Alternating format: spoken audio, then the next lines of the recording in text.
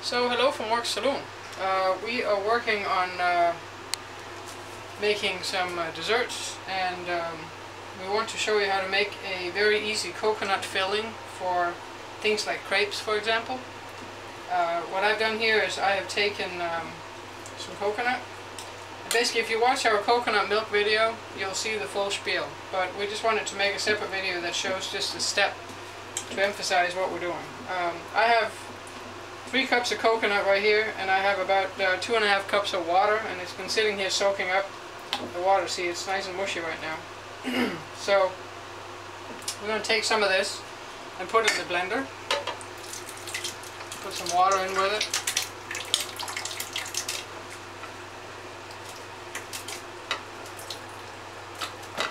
So basically, for those who have done coconut milk, you'll recognize this as step 1 in the coconut milk process. There we go, that should be enough. There we go. And then we'll see, I think there's enough liquid in there to do the job.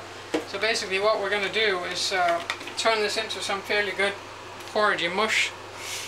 And that makes for a great filling and topping for things like, you know, crepes and other dessert-like things that you want a little bit of.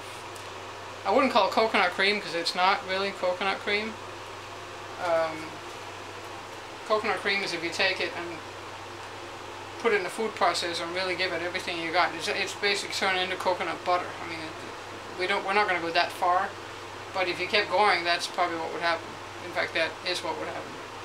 So what we're trying to do is sort of create a nice little fluffy coconut experience that would substitute for things like whipped cream with carrageenan and other nasty stuff. This is nature's own. So you will have little tiny bits of coconut in it when you're done, so you need to be comfortable with that. But I find it quite nice. So anyway, earplugs go in because this is a blend take-home blender here with lots of decibel and lots of attitude. But you should be able to do this in pretty much any blender that has any kind of muscle, because I borrowed the neighbor's blender just to make sure, and it works fine. So as long as the coconut has been soaked, you have no problems. So let's see here. We'll give it the whole juice treatment here, but otherwise you basically look at what happens and simulate the same thing in your own blender according to what buttons you need to push to get the same job done.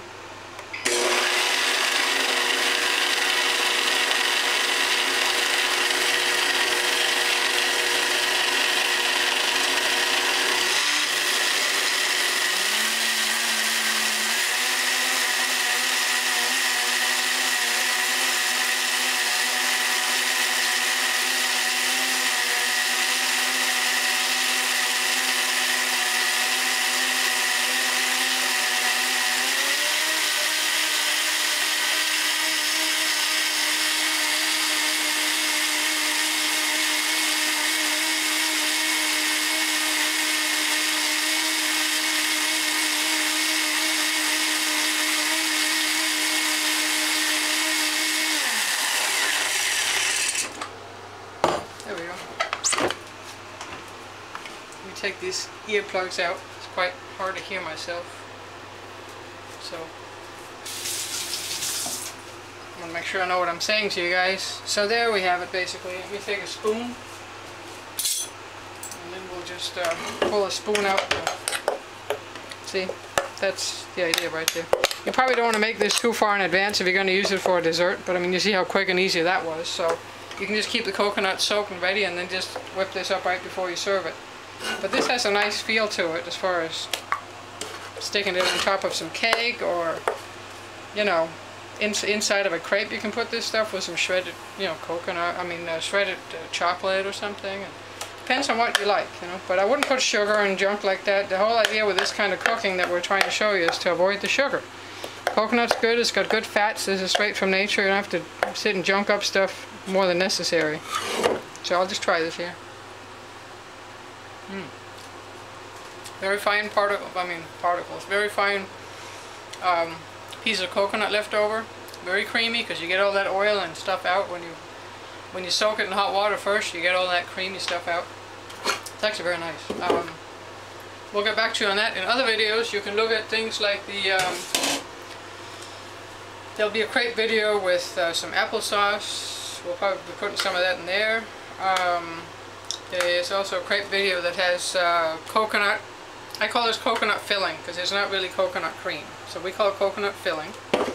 Coconut filling, a little pineapple, a little shredded chocolate. There'll be a crepe with that.